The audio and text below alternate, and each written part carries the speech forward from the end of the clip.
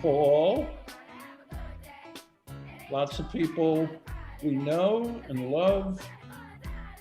All right, let's get started as more and more people will be joining us. Welcome, everybody. Good evening.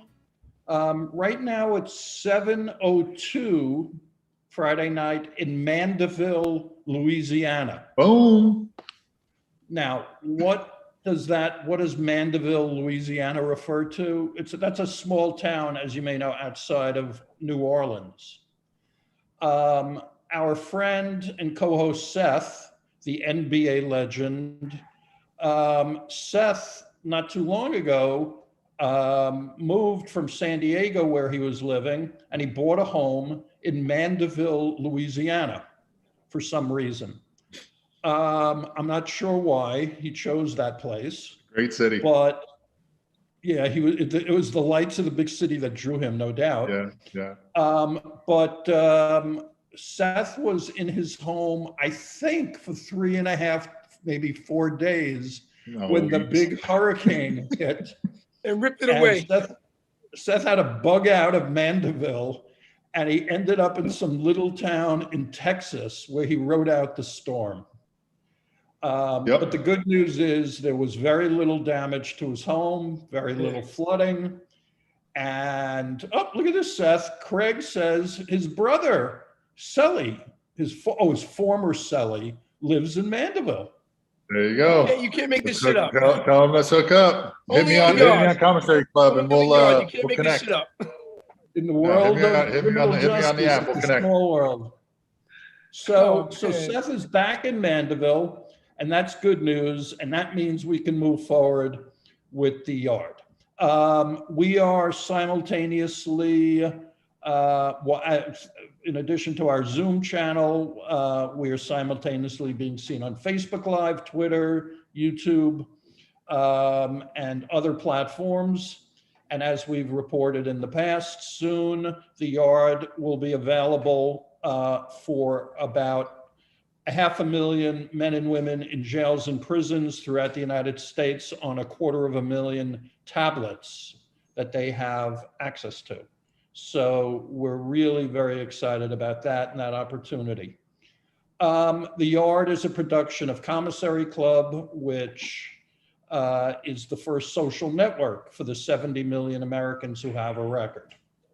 I myself have a record, as do my two co-hosts. My name is Richard Bronson.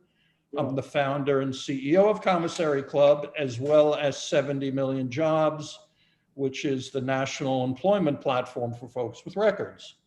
I am joined, as most of the time I am, by my two good friends and teammates.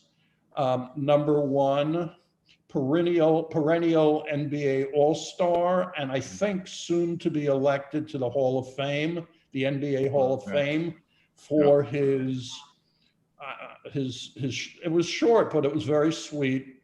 His stint in the NBA on the LA Lakers.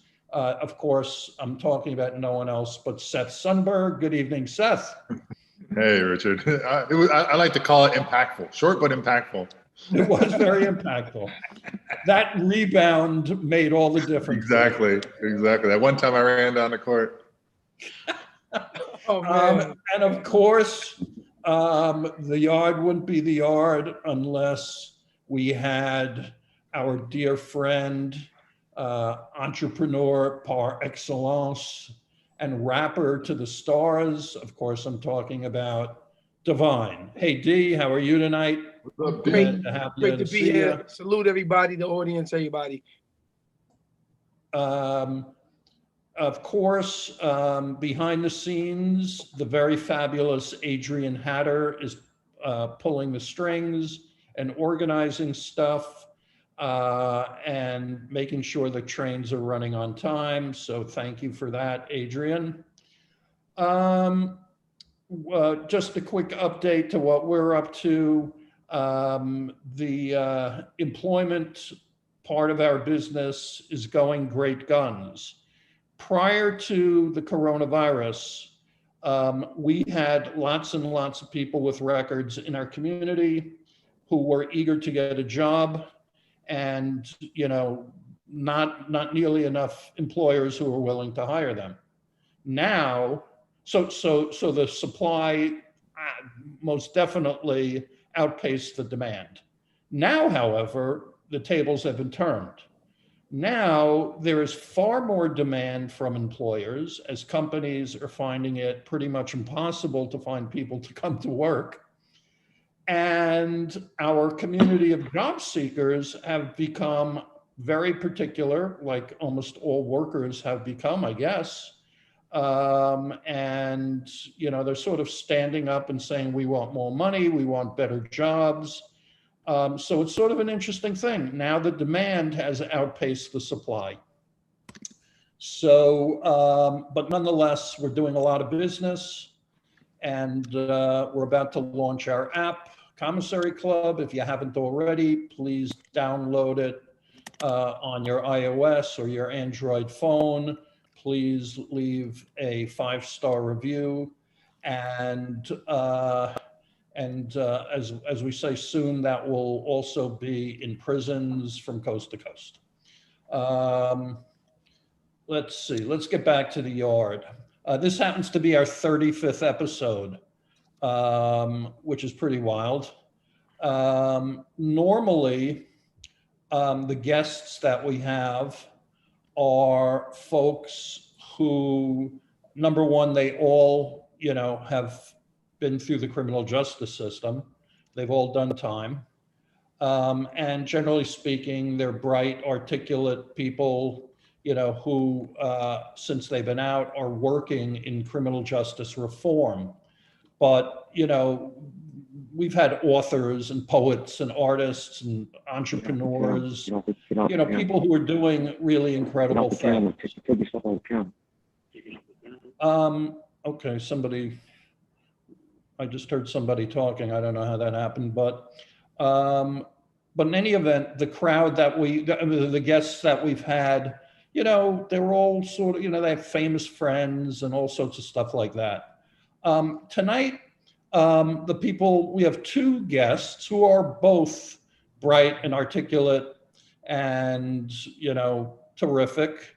But, I don't know that they have any famous friends. And I don't know, that they're going to necessarily write a book about their life. But nonetheless, their experiences are incredibly real and honest. And they have a lot to say about what they went through and what they're going through now. And I hope everybody sort of digs that. We have number 1, Kyrie Crawley. Kyrie has been out of prison after serving 23 years. And if you're looking at Kyrie, he's got the white sweatshirt on. Kyrie is living in a halfway house in Baltimore. So the internet connection there is not so great, and there may be people walking around or noise or whatever, but Kyrie is going through the halfway house experience. And as he and I were talking before, I was in a halfway house in the South Bronx in New York, and it was much worse than being in prison. Halfway houses are dirty and unprofessionally run, and it's just an angry, awful place in my experience. So you'll tell us about what you're going through. Better be back in prison, in short. Yeah, I would, exactly. Yeah. I wish that I had stayed in prison rather than gone there. Our other guest is Roberto Luca. Roberto did 28 years. Roberto has been very actively involved in organizations that are committed to helping folks with records. He's currently with an organization called Mass Liberation. He was involved with the Anti-Recidivism Coalition, ARC. He was involved with Amity, which helps people with housing. So Roberto, thank you so much for joining us. How are you, sir? I'm doing great, Richard. Hello, everyone. I'm very happy to be here. So yeah, I ran from work up the 110. For all those who know, LA traffic, it's the worst. But you know what? After doing all the time I did, I do not mind the traffic. I know that's going to be very difficult for some of you to hear, right? But when I'm in traffic, I'm in ecstasy. Yeah. You know why? Oh, Because after doing 28 years, oh my God, like, no way, man. You're not waiting for an open move. Nah, you can turn off any man. exit anytime you want. Hey, and I got my sound system on. I got the sunroof open. Right? life is good, baby. Life is good. Good, brother. Life is All good, right. man. For sure. Good. I'm glad you're having a lot of traffic. So let me just sort of set the stage a little bit here so we can get to know you both a little bit and to get into it. Kyrie, could you do me a favor, please? And if you don't mind, tell everybody, number one, you ended up in prison for 23 years. What were you accused of? What did you do? What didn't you do? Uh-oh, I guess his internet connection keeps cutting in I think he's and out. still there, Rich. I think he's like audio still live. Oh, Yeah. can you Yeah, hear us? yes, We can I hear you can hear now. you. Yep. Yes, can y'all hear me? Yeah, we we can can hear hear you. Okay. Hi everyone. Hi everyone. Yes, I was been incarcerated. I got incarcerated at the age of 26 back in January of 1999. I got incarcerated for accused of allegedly for Hmm. All right. Internet is You're cutting out, Kyrie. I'm sorry. Kyrie, let's try you in a little bit, okay? Because okay. I'm sorry you're going in and out. Roberto, 28 years. How'd that happen? Oh man. I grew up in Los Angeles. I'm an Angelino, to the heart. I grew up on the west side near the Staples Center. When I was growing up, the Staples Center didn't even exist. I grew up in the Pico Union area, and I'm talking about the late 70s and 80s, which was I was a young, pre-adolescent teenager in those times. So yeah, I grew up in a dysfunctional home, not understanding, why my parents were arguing at a very young age, why my mom was, now I've done the time, I've done the work, my mom suffered from alcoholism. There's just a lot of stuff going on at home. So, as soon as I could, I jumped on my bike and I was on the streets. And, living in that area, it was filled with just gangs, drugs, prostitution. I mean, the violence, and unfortunately, that's what I grew up in, I made some very poor choices. And at the age of 16, I was arrested for a gang-related homicide. And I ended up in juvenile hall at the age of 16.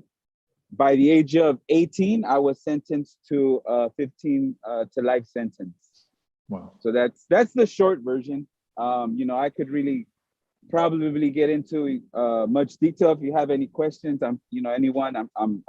I'll answer them. No problem. But that's basically how I ended up as a 16-year-old being trialed as an adult. Mind you, this was the first time I ever was in any serious trouble. And, I ended up in juvenile hall. From juvenile hall, I went to the county, from county to prison.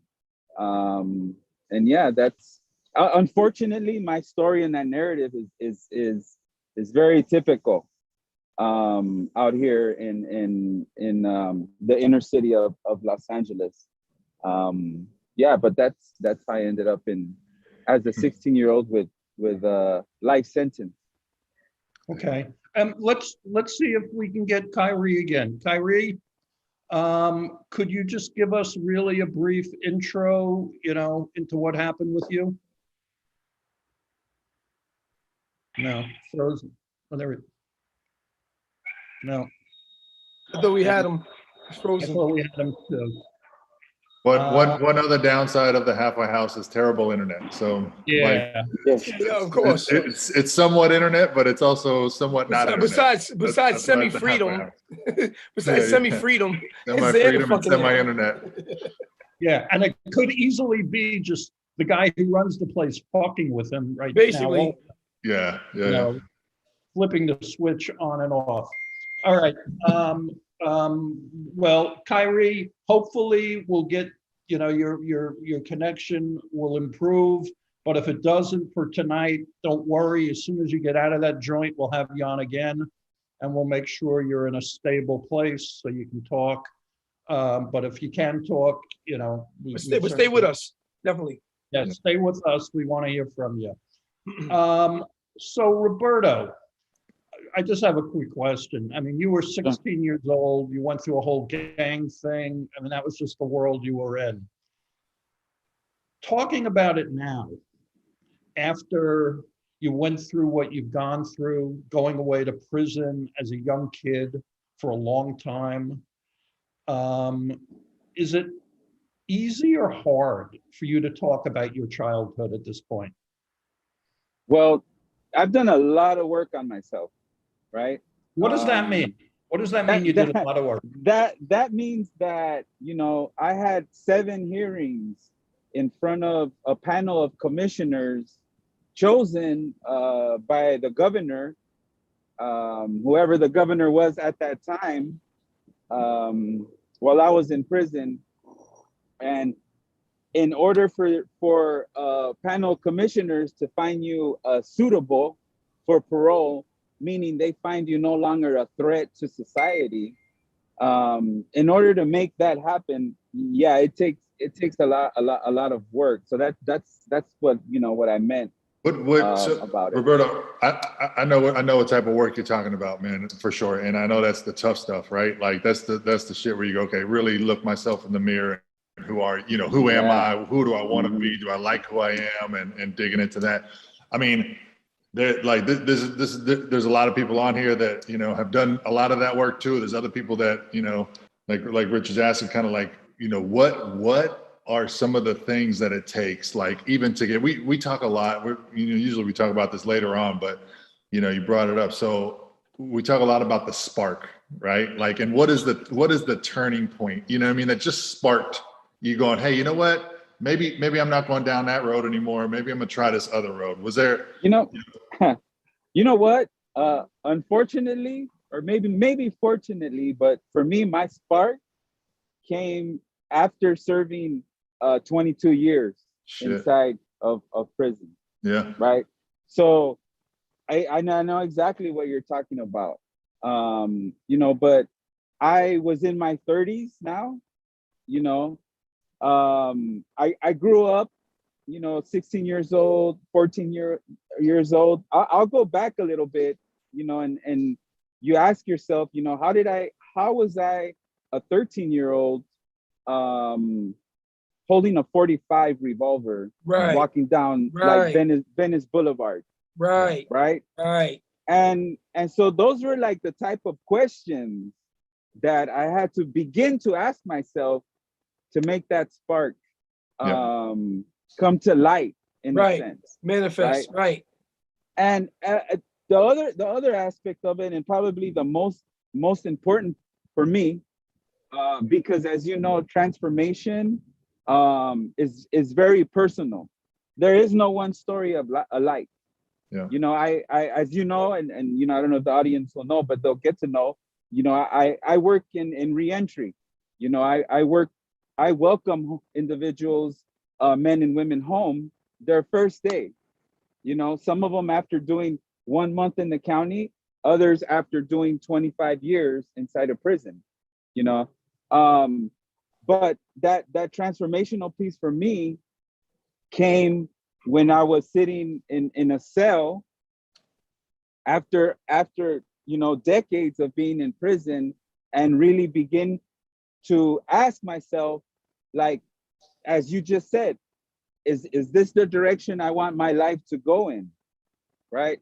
Is this gonna be the rest of my life? Yeah. And the one thing that I had never asked myself in all this time, for 22 years, I never asked myself, what about my victim? Wow. Right? Wow. And so when I started to ask myself, what about my victim? And I was now at a level of maturity when I started to have some understanding of the value of life and what that is. Then I started to understand what the decisions and the consequences were that I had done and what I had taken from someone. Yeah. Right. So it was that moment and of that realization when I began to understand the impact of, you know, that, and I could only speak for myself, but really the impact and the ripple effects of the choices and decisions that I had made as a young 16-year-old kid, you know. And how did that hit you? How you're in prison? Oh my God, Richard! Like, I'm gonna tell you the story, and I haven't shared this in a while, but you know, I was in solitary confinement. I was in my 30s. I was in Pelican Bay.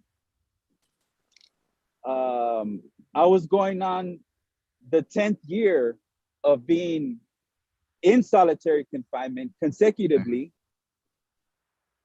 And I was walking that it's a little shoe yard, right? Many of you guys can look it up. It's a Pelican Bay shoe yard.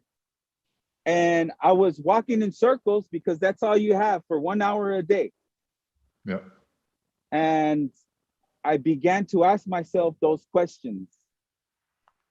And then for the first time in my life, for the very first time in my life,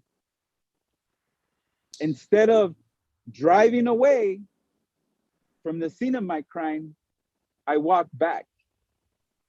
And I visualized what that looked like. And I began to see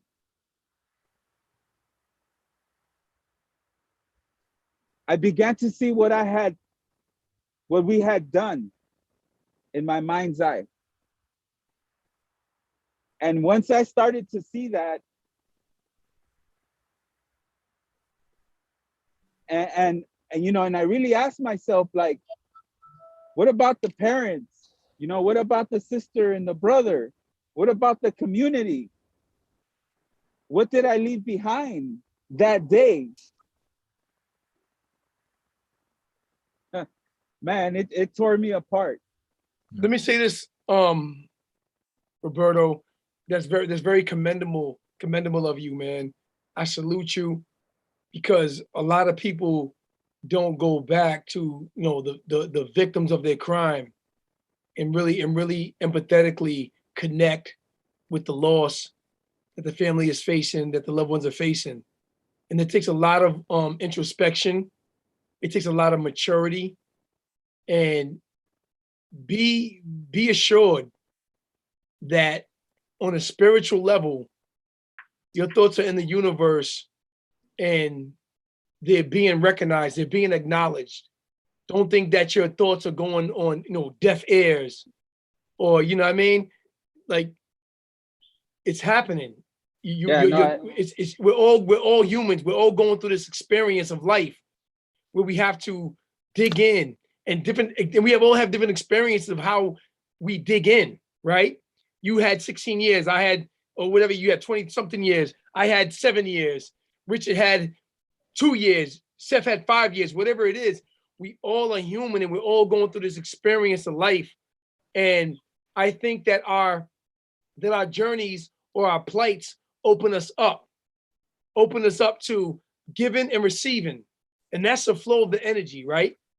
So don't think that your feelings and your emotions and your empathy is falling on deaf ears or nobody's listening. The universe is always listening. I salute you for sharing your Hey, thoughts. man, I appreciate that, brother. You know what? I definitely appreciate that. And you know, that was the moment, you know, for me. And you know, I could tell you, I don't remember ever, like, from the age of 16 to that point, like, even crying, because I was so hardened. Right. I was so, I had this wall that, you know, that the system was not going to break me. Right. I had this, this wall. Exactly. And you know, unfortunately, that wall was full of hate. It was full of resentment. It Anger. was full of pain. Right. It was full of shame. It was full of remorse. Right. That was my wall. And when I was able to just break a little bit through that and just see a tiny light of hope, you know, I just ran for it. Well, welcome to the yard where we cry a lot. Yeah. Welcome to the yard where we cry a lot. Yeah. I appreciate that. But so let me ask you, I mean, first of all, on behalf of everybody who's listening to you talk, thank you so much for sharing that. Yeah. And it takes a lot of courage. And, you know, when you were talking about you did a lot of work, I'm sure it took you a lot of work. And, you know, it's one thing when you have a revelation like that or an epiphany and you're at home or you're with your loved ones, or you could be having a drink or something to sort of deal with it, or go see your shrink because you just came to realize something about your life. But when you are in a prison cell and you apparently were in solitary for 23 out of 24 hours, and the 1 hour you were in a little cage that you could walk around in a circle like a caged cat of some sort. Yeah. That's not conducive to sort of, you know, psychological growth. And, you know, so it had to be incredibly tough. And look at, you know, now you're laughing and you're on the other side of it. So that's, you know what? Just really, what I would like to, the other thing I'd like to add to that is that, like, during that time, right? Like you nailed it, Richard. And, you know, I began to do that retrospect work and ask myself those questions, but I also began to educate myself, you know? And, you know, here I was, a 30-something-year-old man, and I didn't even know fractions, or I didn't even have a GED. So not only did I begin to educate myself, but I started to read a lot of history. You know, I had been reading history throughout my entire prison sentence. You know, so I had read about the ancient Greeks, and I had read about, you know, Egypt and like Europe, right? I had read all that. However, the one thing that also, and I know, you know, I don't know, I'm just gonna speak from the heart. You know, I know some people may have different views, right? But I started to read some American history, you know, and that's a doozy. and yeah, it depends, you know. But one thing that really started to open is I read this book. It was called The Band of Brothers, right? So now I'm reading World War II history, and I'm reading about these young men who are going overseas and dying, right? And then in World War II, and that was another thing that I started to ask myself, like, wait a minute, like, that's a cause, right? And it was a different time. I know this is a different era, but for me at that time, in that moment, reading those narratives, understanding that history, really gave me an understanding of, like, wait a minute, those guys sacrificed for something, and they sacrificed for this nation that we are living in. And I know it's not perfect, but it says, right, every man is created equal. Well, I'm like, I'm gonna work towards that, you know. And that's something that was something else that really impacted me, you know. let me ask you a question. Michelle in the audience She asks, do you think that, well, I guess what I find intriguing, her question is, did you need to go to prison to have that aha moment, that spark that you went through, you know, when you were in solitary after 16 years, when it sort of hit you? What about the victim? Did you need to go through prison for you to experience that, do you think? You know what? No, no. I was 16 years old. No, no. And I'll tell you why. For me at that time, I was actually bonded over to juvenile court. But then there was an appeal and I ended up getting remanded back to adult court. But it was more of what it was during that time. It was very political at that time. You had the crack cocaine epidemic, gangs were running rampant. There was police corruption, like nobody. Roberto, answer the question though. Oh yeah, you're in prison for 16 years. You're in solitary. You have this amazing experience that you're looking at the world, life, and your life completely different. You're thinking about the victim and the impact of what you were involved with. It changed you forever. Could that have happened? Would it have happened if you weren't in prison? What is it? My real question is what is it about prison that is conducive for that sort of awareness? So I like, again, I could only speak for myself, but had I gone, there was no doubt that I needed structure, right? There's no doubt of that. And there's no doubt that I had a debt to pay to society. But a life sentence was not, for me, it was not the answer, because I could have got sent to a different type of environment that is more conducive to education, that does have the structure, that would provide me with the tools that I needed at that time to better myself and have a better life, instead of going through what I went through. Yeah, I mean, 28 years. Could you remember the day that you first stepped into prison? That moment? Yeah, definitely. What do you remember? Well, for me, it was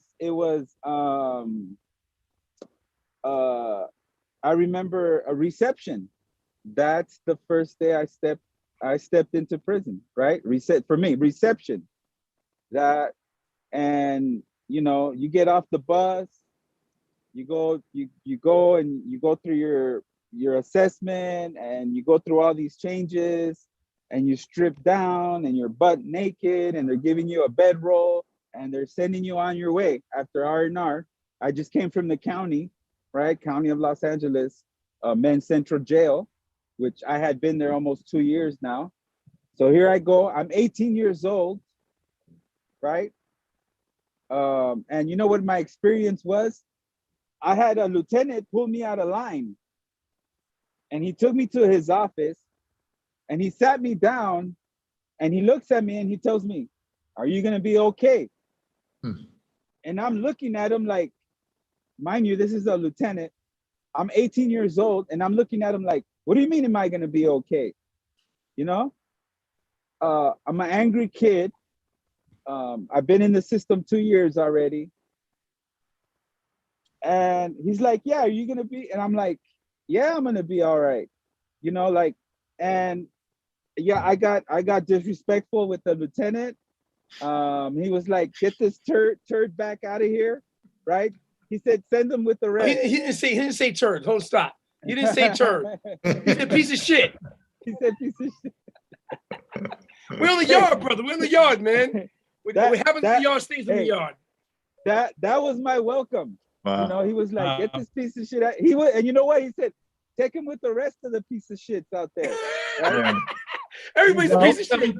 Everybody. Welcome to your new home. Welcome to the neighborhood. Yeah, but I remember getting to the building I was going. Yeah. And then, you know, I walked to the yard. Now, I know your audience here is probably national or from different places, but California is the worst when it comes to gangs and segregation. There is no other place like California. Right. All right. Look, we want to get into that, Roberto. I just want to let me just share this one little tidbit with you. Okay, I thought this was like just the craziest. So I'm an 18-year-old kid. I'm like, okay, I gotta be tough, right? I gotta be tough now. I'm with the big boys. So I put on my mask, I walk out to the yard, and I see all the little different cliques out on the yard, right? Like everybody's in their little race group. So everybody's going on the track. I decide to walk right through the middle, right? Of like just everybody's areas. And yeah, that was the last time that I did that. I bet. Someone probably nicely pulled you up on that one for sure. You was in federal prison? No. It was state. Yeah, California State. Pelican Bay, no joke. We got, hold on for 1 sec. Let's welcome back Kyrie. Kyrie, glad to see you back here. Can you hear me? Yeah, what's up, gentlemen? How y'all doing? Yeah, Kyrie. All right. Champion. How y'all doing? How's everybody? Yeah, I'm Black from I can go ahead and speak. Yep. Can y'all hear me? Yeah, you loud and clear, brother. You're good. Yeah. Adrian was able to jury rig something where Kyrie's on the phone, and then it's with her speakerphone and all kinds of stuff. Hey, like man, that. don't get a shot for circumventing the telephone system, man. Come on. 100 series shot. Oh my God, the goddamn shots, man. Yeah, man. Insolence. Yeah, in case the audience don't know what 100 series shot, that's a major shot, man. Big deal. That's major, baby. That's major, baby. You're going to the shoe for sure. That's like smuggling some narcotics. Yeah. A shot. But yeah, I'd like to thank Adrian, man. She's a big help, man. Big support for connecting me so I can share my story with everyone. Absolutely. He's the voice in the cloud. The voice in the cloud. Yeah, Adrian is the best. So Kyrie, now that we can hear you, could you share with us how you came to be serving a 23-year sentence? What was going on in your life? Man, I'm gonna go back, man. Back when I was a teenager, I was raised by a single mother. A single mother. She was working 2 or 3 jobs at a time, and was trying to guide me in the right direction. But at a young age, being a youngster, we think we know everything. So I didn't want to listen to her. I wanted to do my thing. So I was heavy into sports once I got into high school. And when I was in high school, I was into sports. And once I started, when I got to the 11th grade, I started failing from my classes. And so I really was looking forward to taking my skill set. Because I used to wrestle, play football. I ran track. So once I started failing in school, it kind of diminished my dreams. So I got into the streets.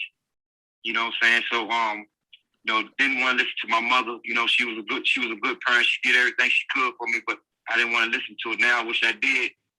But it's an experience that I went through to make the man I am today. But I've been in and out of jail at the age of 18. And, I started off selling drugs. I was selling drugs and, running the streets, doing everything.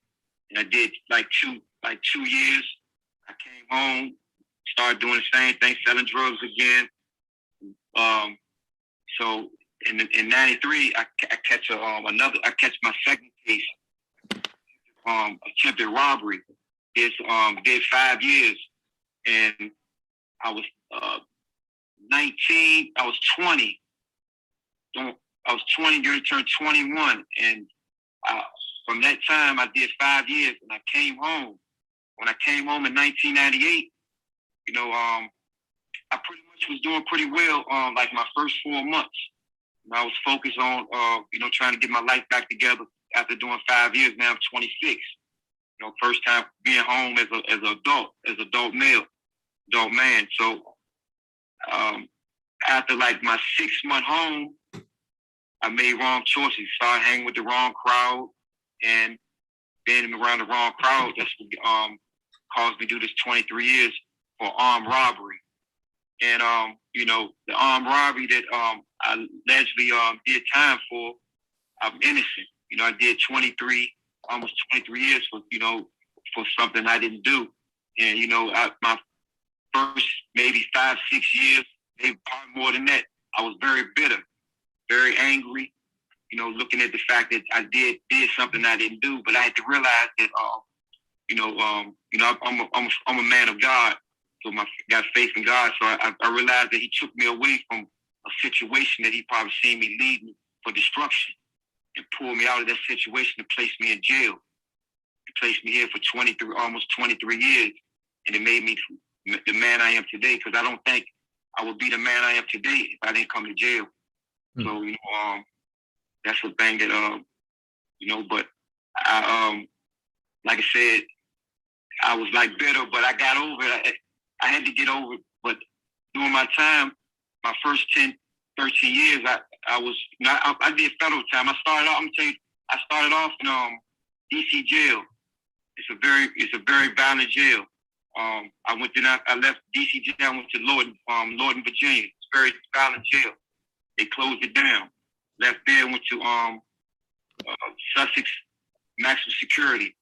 Another, stayed locked down. So during this course, I didn't make it to the feds until 2002, and I went to like 8 different spots. I went to Allenwood, USP, Victorville, California, Bloody Beaumont, that's in Texas, Curry, USP Canaan, USP Florence, Colorado.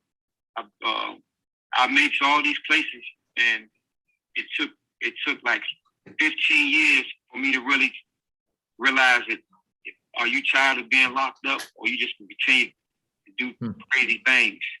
And I realized I had to change my environment. Because my family, I got family. They're on looking now, and I give a lot of praise to them, man. Because without them, it would have been a struggle for me. So I give a lot of praise for my support. So I had to realize that my family, they're doing this time with me. So if I continue to keep doing stupid things, then I'm just being selfish and thinking for myself. So I pretty much got a grip on myself and started being around positive people, and just started developing a plan, because I had a 20 to 60 year sentence. Like if you during the time I was locked up, if you look my name up, my out date was 2058. But by the mercy of God, I made parole in February, so that's why I'm here now.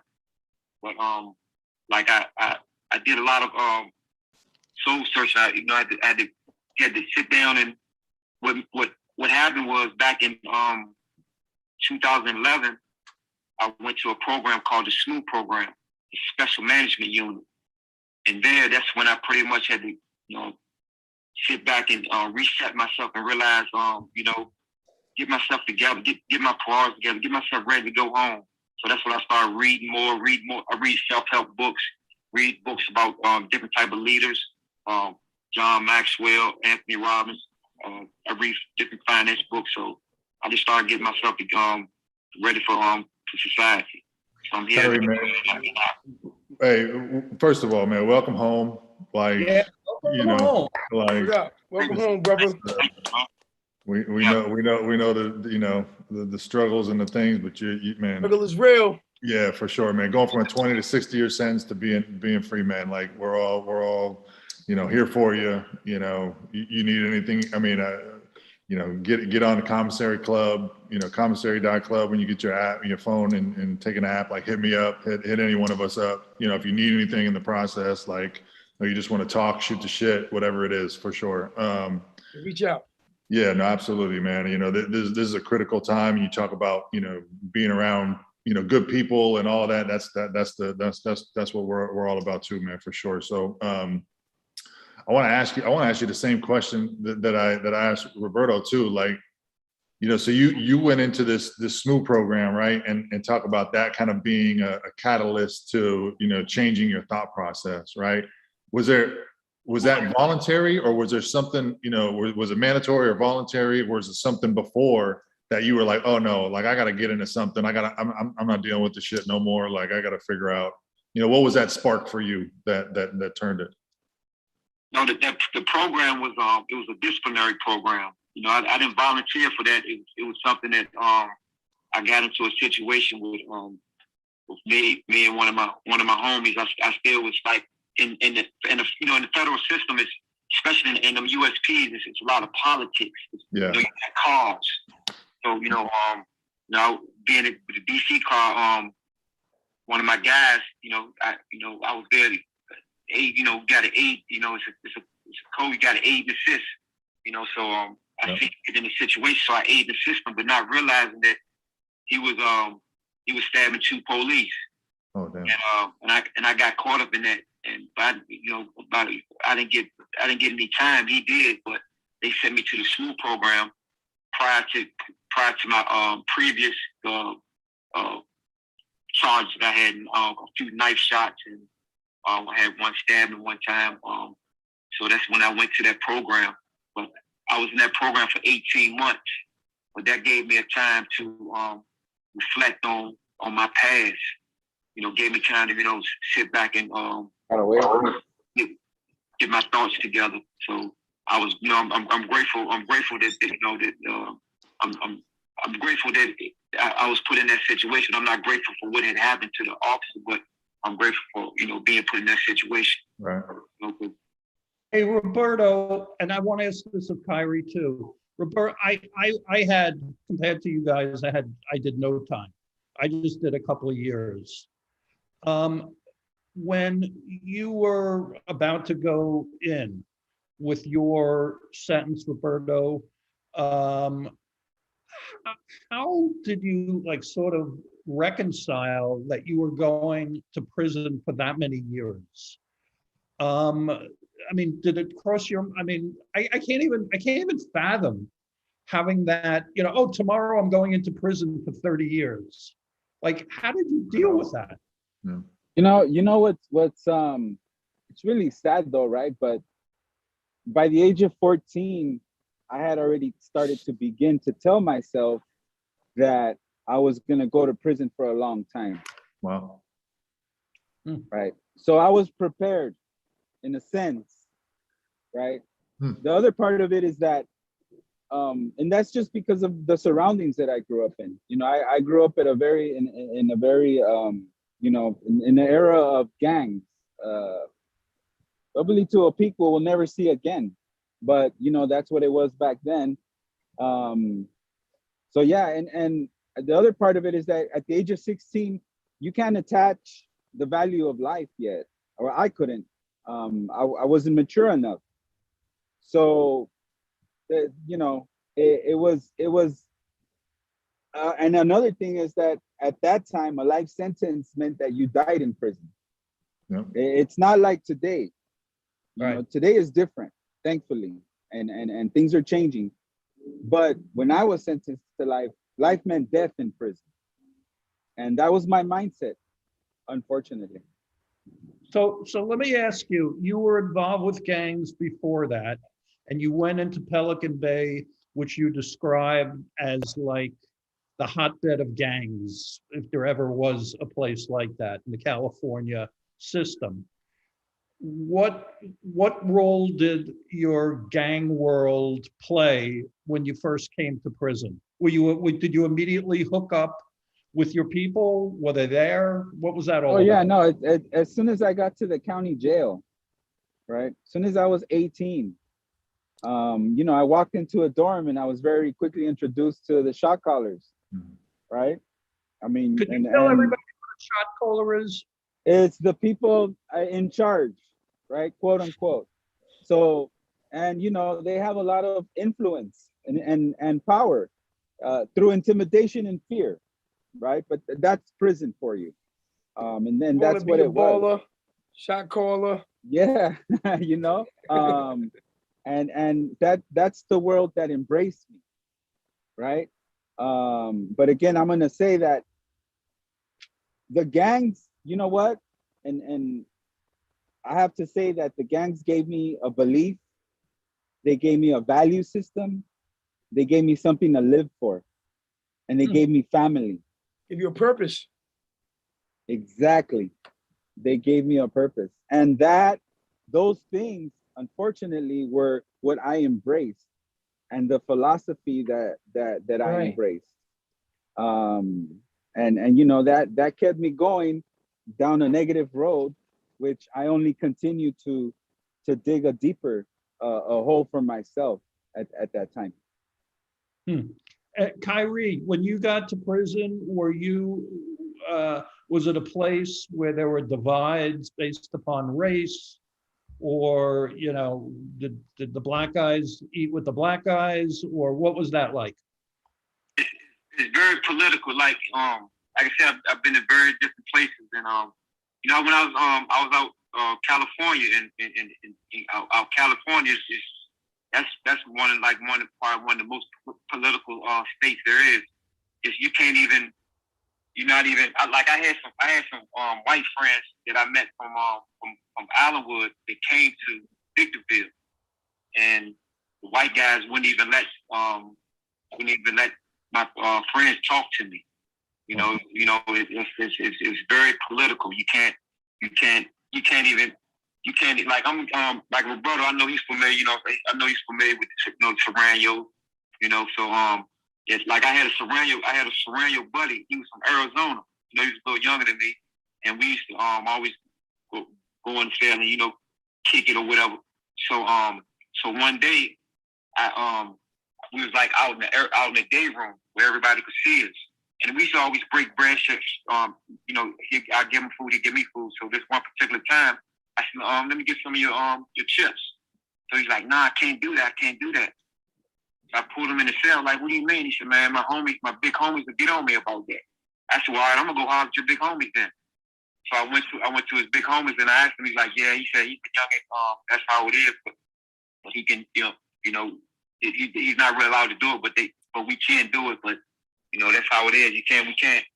It's in Victorville, when you first get on that compound, you go straight through R&D, they give you a bedroll and they tell you what unit you're going to, and they don't even assign you a cell. Your homies have to assign you find you a cell. You know, that's how it is. Yeah. One of my so I did a year in county and then got transferred to Dublin and did about 3 months there before I got designated to the tune of Dublin and Dublins. I know Dublin, baby. Different type of Dublins. The other one was tuna. Yeah, man. God damn. But, you know, I didn't know shit about prison, even though I had done a year, you know, in county. And so I'm talking with this dude in line for dinner, and he's a black dude, and we're just chopping it up and talking shit, whatever, and hanging out. And so I'm like, hey, let's go sit over here, and we'll just keep talking about whatever the hell we were talking about. And so we sat down together, whatever. And this white dude comes up and, you know, respectfully and nicely goes, hey man, why don't you come over here and sit with me? To me. And I go, nah, like we're right in the middle of a conversation. You know what I mean? Like, you know, I don't need to go over there and sit with you. You know, like we're still finishing this conversation. And so he kind of looked at me funny. And then he came into my room later that night. He's like, hey man, I know, you know, you haven't been to prison before, but like, you know, just so you know, like, you know, you got to be careful with that. It doesn't really matter here because it's a transitional facility and all this stuff. But he's like, you know, I'm like, man, that was the first time that I'm like, damn, like, you know, white guys sit with white guys, black dudes sit with black dudes. You know, the Polynesian guys sit with the Polynesian guys. You know, it's just like, what the, you know, it just perpetrates like just a fucked up mentality. You know what I mean? Is kind of what it comes down to. But it was a trip. You have a lot of guys, man. You have a lot of guys be wearing masks. You know, they can't really be who they are. Yeah. You know, they be wearing masks. They, you know, they come from a certain background, and then when they get into prison, they got to change everything. You know, so it's crazy, but that's how it is. Yeah. I'm glad I got a chance to come to I did my last 5 years at a FCI, because guys if you're doing a lot of time, you come from a USP, and your outlook of life, you know, the perspective is totally different coming because guys, like, the respect level is so high in those conditions. So when they come in the street, they take that to the street, and it's not that way in the street. Yeah. Cutting in front of you and stuff like that. So if a person live in a busy city, New York, a busy city, people gonna bump into you all the time. So you gonna punch them in the face. You gonna punch somebody in the face. Right. So with it. No, the world could learn a few things from the prison system too about respect, for sure. I mean, that's definitely there. You say, you walking through a conversation, you say, "Excuse me, pardon me," you know, and all that stuff doesn't apply. It's crazy. Smacked around. Yeah. Some of the most well-mannered people I ever came across. Roberto, I'm going to do this fast, like a speed round, okay? Let's do it. I want to hear your responses without thinking, but whatever pops into your head. So Roberto, you going first. Everybody's going to have a chance to think of their answer. So, you know, but I want to hear what everybody says. What is that one thing when you got to prison that really surprised you the most? That's a good question. I hadn't even thought about that. The one thing that really surprised me. Oh, you know what? The food. Oh, let's say the care package. I know everybody's gonna be like, but when I got to prison, we were still serving steaks. Like we still had metal utensils. Wow. You know, we still walked the chow. The food was excellent. Wow. Right. And it used to be filling. And then every Sunday they used to give us little apple pies. You know those little apple pies? That's a McDonald's apple jump offs. Yeah, little apple pies, right? With an ice cream. That's a hood's favorite. And a bag of peanuts, right? That was like the Sunday lunch. Oh man, it was off the hook. Man, like, you reminiscing about it. That's a yard first right there. Someone bragging about the nostalgia, the love, the dedication. You just don't know. You just don't know. That is a yard first. Seth, what surprised you most about prison? You know, so it's interesting. Roberto mentioned the food. One of the things that I really was surprised by and really liked wasn't the food itself. Every place I went to had just absolute terrible food, but the structure of the food menu, right? In the feds, it's a 5-week menu, right? And so you know every meal for the next month in a week. Yeah, I'm like, oh, cool. Oh, it's Thursday. It's Thursday morning. We're doing pancakes. Oh, turkey. Right? Turkey, yeah, exactly. You know, it's hamburgers for lunch, etc. So that was surprising and something I tried to adopt for a little while when I got out too. There was a schedule. Yeah. Kyrie, what surprised you most when you went down?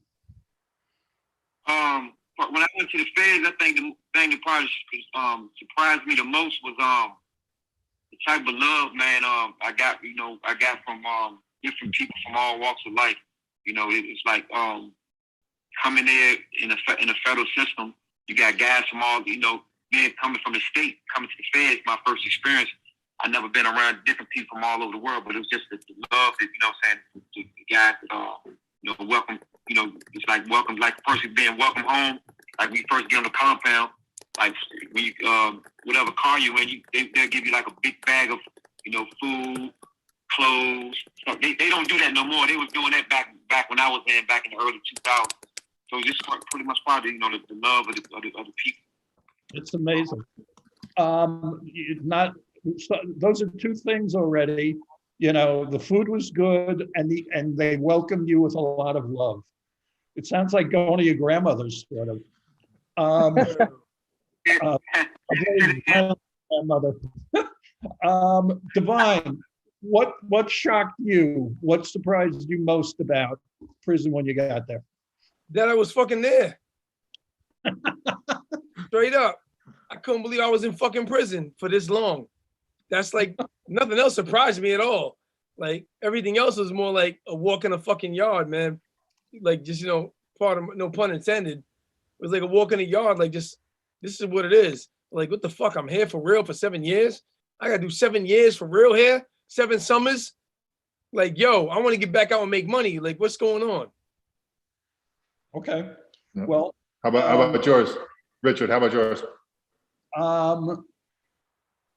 That you had to, if you were taking a shower, you had to get undressed and dressed in the shower. Absolutely. You It's a couldn't. cardinal rule, Richard. Don't break it. I had no idea that if you're, you have your bunk and there's a chair, whatever. And the first night I was there, of course, I wanted to take a shower, and I grabbed the towel, and I was very conscious, like, I don't know how people feel, but I'm going to be respectful. And I, discreetly get undressed, and I wrap around a towel, and I'm walking towards where the showers are. Heading to the sauna. And then the massage, and then I'm coming back, and I have my towel, and all right, and I'm getting dressed, whatever. I had like 10 different people independently come over to me and say, "You don't ever do that again." I go, "What are you talking about? What did I do?" You got undressed, and you have to get dressed and undressed only when you're in the shower, when you close the curtain. That's the only time you could do it. Otherwise, that's offensive and it's disrespectful, and don't ever do it again. And I'm thinking, I've been in gyms all over the world. Yeah. And that's the way at least guys do it in gyms. Yeah, you get the locker room at the Olympic Club. Yeah, exactly. But this was not the Olympic Club. And that's sort of like, at that point, I became aware of my surroundings. So that was the biggest surprise. I got another speed round because you guys have got some great answers. Seth, what do people who've never been to prison, what do they get wrong? What thought about the whole thing are they off base on? Yeah. Go to the shower naked? Oh. Yeah, no, I mean, I think there's a big misconception about rape in prison. Like, I was worried about it. I saw Oz. I'm like, okay, don't drop the soap. This and this, all this shit. I'm like, oh man, like, going in a virgin coming out, not one. Not playing. But what's the reality is, at least what I saw, man. Nobody's getting raped unless they want to be. In federal prison. In federal prison, at least, yeah. Roberto, what do people not understand about prison? I think maybe let me see. It's not a walk in the park. I think a lot of people it's not. Yeah, I think too many people have an idea that everybody's playing handball and eating good, and that's just not the case. That is far from the case. Okay. Yeah. So. All right. It's a lot worse than they imagine. It's very, the word is inhumane. Yeah. That's the word. Okay. It's inhumane. Kyrie, what do people not understand about or would surprise them about prison? Surprise them about it? You said surprise them about prison? Yeah, what do people get wrong about what their belief is about what happens in prison or what prison's about? People who've never been there. People who've never been there. I would think that like I'm gonna say this, a lot of guys, like you got different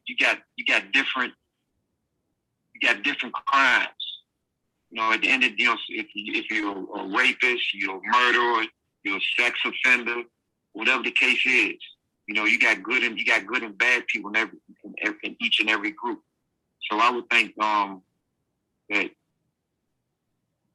from my experience, that a lot of the guys that I came across, you know, you got good people in all groups, regardless of what they was incarcerated for, because you can't hold a person to the same standard when they got locked up up until now, you know, because I think people change. You know, people change. So I don't think about society. They still view people as when they came in instead of when they came out. I think probably the view of someone coming to jail as far as someone coming out. So I would look at it. I would say it is the view of people. You gotta view people different.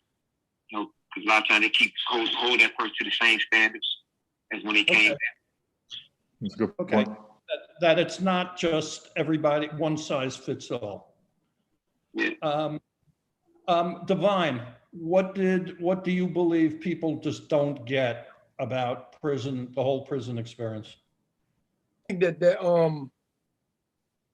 people who are incarcerated or in prison are animals. In the Right. sense of, like, you know, there's no redemption, there's no human transformation, there's no rehabilitation. They think that, like, once you're locked up and once you got that stigma attached to you as being someone who's incarcerated, you're just not worthy. You know what I mean?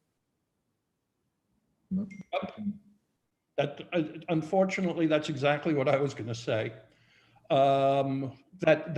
That these are actually human beings. Some of them with a lot of integrity.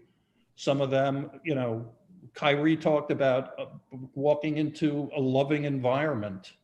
You know, Right. Right. these are human beings. You know, and then when I listen to particularly you, Kyrie, you know, and you too, Roberto, the worlds that you were in at a very young age sort of defined what was going to play out. There was an inevitability about the whole thing. You didn't have many choices. It was going to just play out that way. You expected it and it happened, you know? And, you know, what are you going to blame a 13-year-old for that? You know, kids are stupid, you know, all kids are stupid. You know, that kills me. You know, my heart goes out to some little kid, you know, who just through no fault of their own, this is their life. So, You know, it's a good point too, Richard. Roberto, I think you mentioned it earlier too about, like, you know, when we're kids, we think we know everything, right? Like, you know, I have a 14-year-old and love my life, you know, love her to death. She's amazing. And she thinks she knows everything. You know what I mean? At 14, Yeah. I'm like, look, I didn't know shit until I was 40. Like, and then I just feel like you know, I'm just starting to learn now, you know, type of thing. But, Real. you know, like how, like, I mean, it's so Roberto, you mentioned you were down for 22 years before you, like, said, okay, I'm gonna start, you know, looking at, you know, the victims and the impact there, and, you know, and growing empathy. I mean, it's what it sounds like, you know, and learning how to flex that muscle, right? That empathetic muscle, you know. And Kyrie, I think you say you were down for you know, for a long time too, 15 years or something, before you kind of go. Yeah, but for until you hit that point where you kind of starts going, okay, let me look at some of this, right? Like, is there, like, looking back at your you know, 16-year-old selves, 18-year-old selves, like, is there something, is there a way to shorten that, you know, that curve? You know what I mean? To go, okay, don't go to prison to have to go through that. Is there something that, you know, now that you guys have done that work, is there something you see that's like, oh, if I'd have known then, or I tell myself then, you know, this? Well, I would say that you know, I look back and would say that me, that, like, it's because I try to talk to youth now. Yeah. But to me, when I was young, I thought, you know, I looked at it as like my mother was trying to tell me what, you know, just trying to tell me what to do, because I thought I knew everything.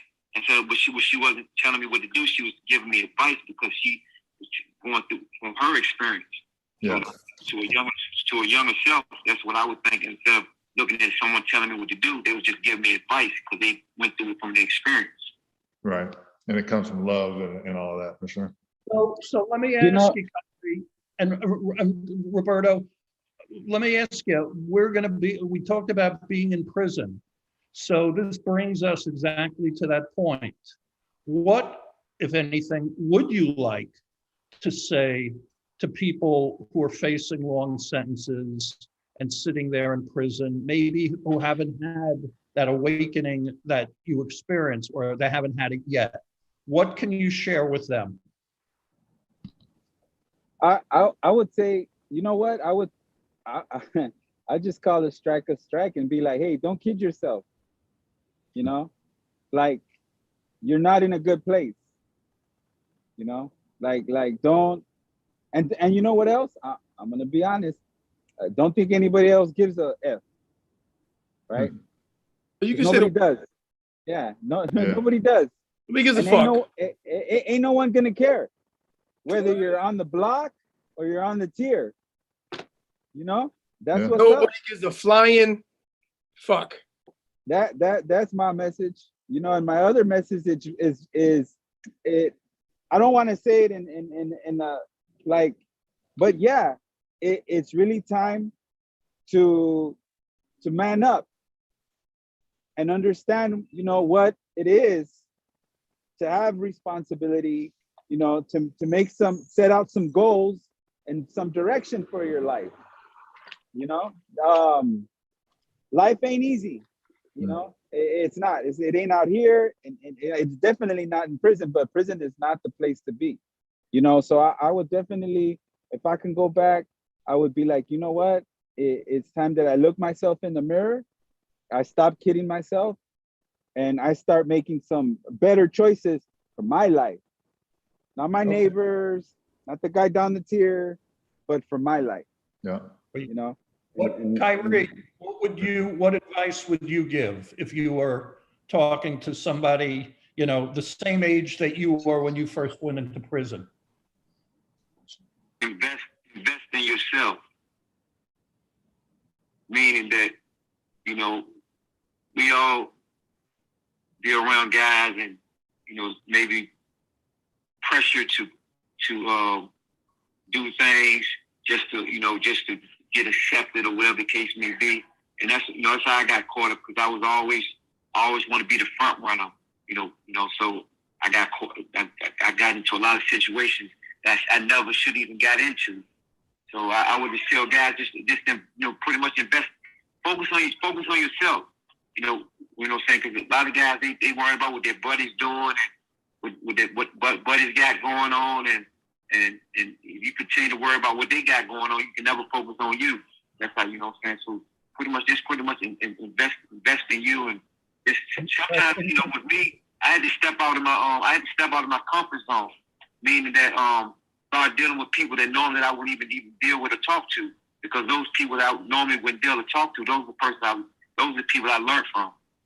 So you know, you got to broaden your horizon. You know, so that's how you grow. You know, so a lot of guys. It's interesting. Harry, Divine, D, what would you, because you had an agenda as soon as you got into prison. You had a plan of what you were going to do at the time. What advice would you be giving? Yeah, my agenda was to get the fuck out as soon as possible. That was my agenda. So I became like a model inmate, and I became like, you know. What would you tell someone? I would tell them, like, yo, focus on self-development. Personal self-development is key. You know what I mean?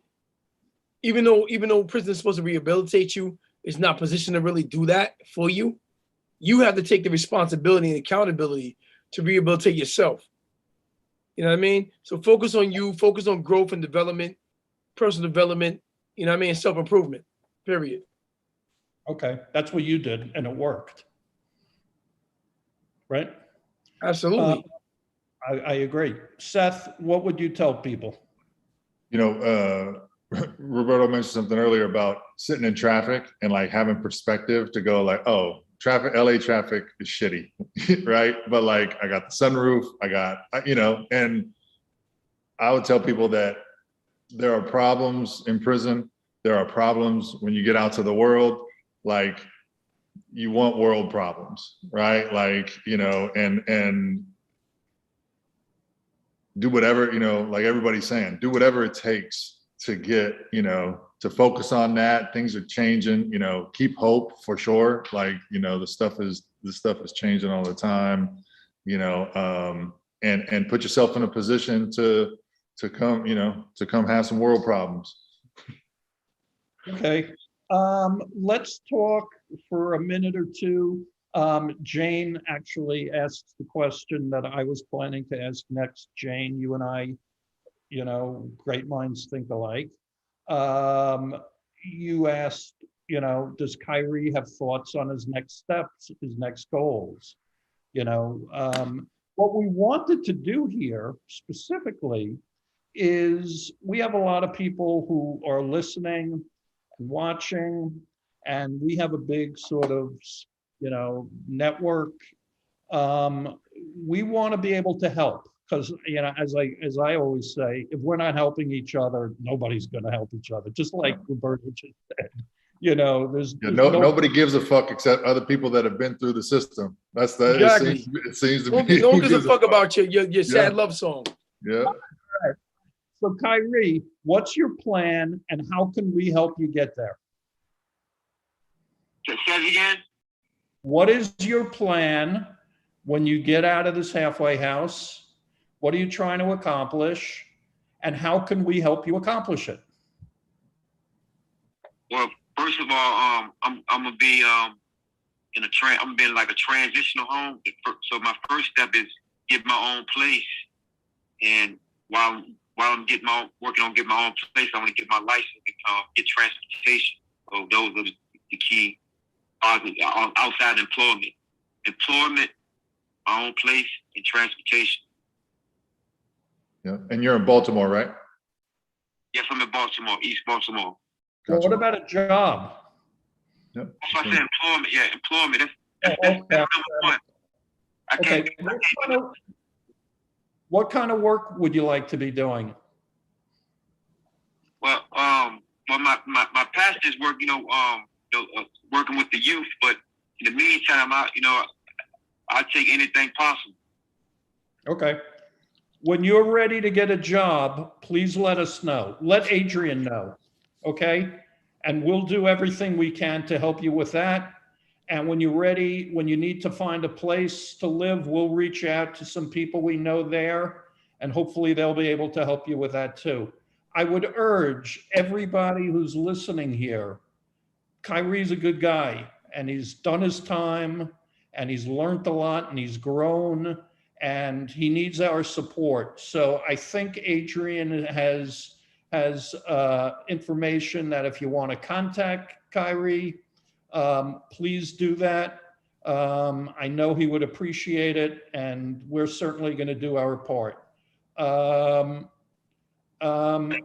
really appreciate that. Yeah. Listen, like you said, when you came into the yard, there was love that you were met with. Now you're coming out, and there's love that you're going to be met with too. Roberto, you've been out for a little while already. First, tell us the work you're doing, and then tell us how we can help, in the work that's important to you. Wow. How do I fit this in? I've been out approximately 4 years. I've been very blessed. It's been a lot of hard work. Some of you guys can look me up on Facebook and put our IG on there. I work for Mass Liberation now, but when I first came out, I hit college. That was my first thing. It opened up a world to me. I got some great training, some good education under my belt. I started inside prison, college inside prison. And then, when I got out here, I worked for the Amity Foundation. So at the Amity Foundation, I became one of the first faculty that opened up the first transitional housing for all lifers here in Los Angeles City. From then on, I went to work for another great organization called ARC, the Anti-Recidivism Coalition. I was a life coach Shocker. there. I was the apprenticeship life coach. I worked in workforce and development. And then from there, I'm at where I'm at now, at Mass Liberation. I'm a program manager there. We have a transitional housing. We have a 4-week reentry course. We have a correspondence for inside of California state prisons. We have a transitional housing. And I've been very blessed and fortunate to be a part of a lot of great conversations. Recently, I graduated from Loyola Law School. I'm a certified gang expert. So there's that. And yeah, you were certified before you were certified. Yeah, I just got the little paper now. Yeah, now you got paperwork to prove it. But the best thing that's happened to me is meeting my beautiful wife, Darlene. I got married last year. Queen Darlene, shout out. I have 3 great step kids. And just being blessed with the ability to step into, a family, and assume that responsibility as a role model, a father figure. Yeah. And just take on that everyday life. Yeah. It's everything, bro. It's everything. No different than my neighbor. No different than the guy down the street. I'm paying my taxes. I'm paying my mortgage, my rent on time, my insurance, filing taxes, like the whole 9 yards, Life, man, life. You living life, brother. I'm living life. And yeah, part of the great work that we do is to help, my brothers and sisters that I'm coming home.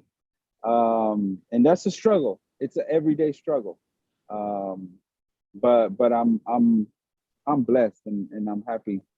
I don't know, what else to say.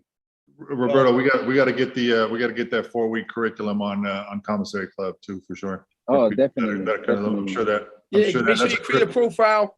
Yeah, that's Kyrie, create a profile. We have Commissary Club. We got it online. Yeah.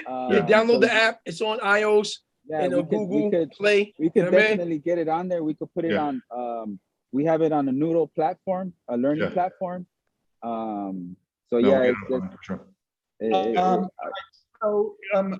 Adrian put up info for Kyrie, as well as for Roberto's organization, Mass Liberation. If you contact Adrian, she just put up her email. She can put you in touch with either of these gentlemen and, sort of act like a conduit. We have, in our company, we have partnerships with about 350 different organizations. And Adrian happens to be the person who oversees all of those relationships. So, we eagerly want to be supportive and access and leverage these connections we have for you guys and as many others as we can. I started this by saying, the 2 guests we have here, they're not celebrities. They're not best friends with Kim Kardashian. We've had some of those guests. This is Gen Pop. But exactly. They're in Gen Pop, and and in fact are by far and away, what just the normal average person going through criminal justice is all about. Never will be a celebrity. If given the opportunity, will pay their bills and their taxes like Roberto talked about and be proud of it, and lead a productive life and be a great father and a great husband and a great, neighbor, if given the opportunity. And if not, people got to eat. So we've got to look after each other is the point. And please, everybody, there's the world is so screwed up right now, and there's no lack, God knows, of important things to get involved with, to help humanity and to help the earth, certainly. But 70 million people have records, 70 million, that's 1 in 3 adults. It's a huge population. And there were great organizations like the one that Roberto's involved with, Mass Liberation, that help folks who first come out of prison. But generally the help ends after a year, maybe two, and then they move on to the next group of people coming out. What happens to the people who have been out for 5 years and 10 years and 20 years, who still have the stigma, who still can't get the job, who still can't get a home, who can't get credit? I mean, I can just go on and on and on. Those problems don't go away, you know, and they don't age out. So I think it behooves us, those of us who have been through it, those of us who care and have a heart and get it, help each other, reach out, you know, however you want to do it, do it. These two guys are great guys, you know, and they're deserving. They did a lot of time, too much time. And now they're ready to get on with their lives. Roberto's doing it and Kyrie's about to. So with that, I would like to thank everybody for joining us. It was either the 35th or the 36th episode of The Yard. We ask you please to follow us on Instagram, on Facebook, on YouTube, on Twitter. We're all over the place. Follow the company, follow me, Seth Divine, you know, and so we can be in communication constantly and share what's going on, and we can hear about what's going on with you, because we really want to hear that, certainly. So once again, thank you all so much for joining us. We'll be back next week, same bat time, same bat channel. Same bad channel. I used to love to say that when I was young. I used to say it too. So Roberto, Kyrie, thank you guys for joining us. Yeah, thanks, guys. Roberto, Kyrie, Peace Kings. You're great. For allowing me. What's that? For allowing me. I'm sorry, I didn't get that. I said, thank you for allowing me. Oh, yeah. Oh yeah, no doubt. No doubt. Always, brother. Oh, you're always allowed. Please. Always welcome on the yard. Yeah. Please come join us again. You're always welcome, part of the family. Divine and Seth, thank you, gentlemen. You're always great, and it's great to hang out with you. Thank you, Everybody Richie. have Hey, thank you. Thank you, guys. Thanks, y'all. Appreciate it. Take care, man. Peace and blessings, All right, have a good everybody. night. Thank you for everybody that joined in.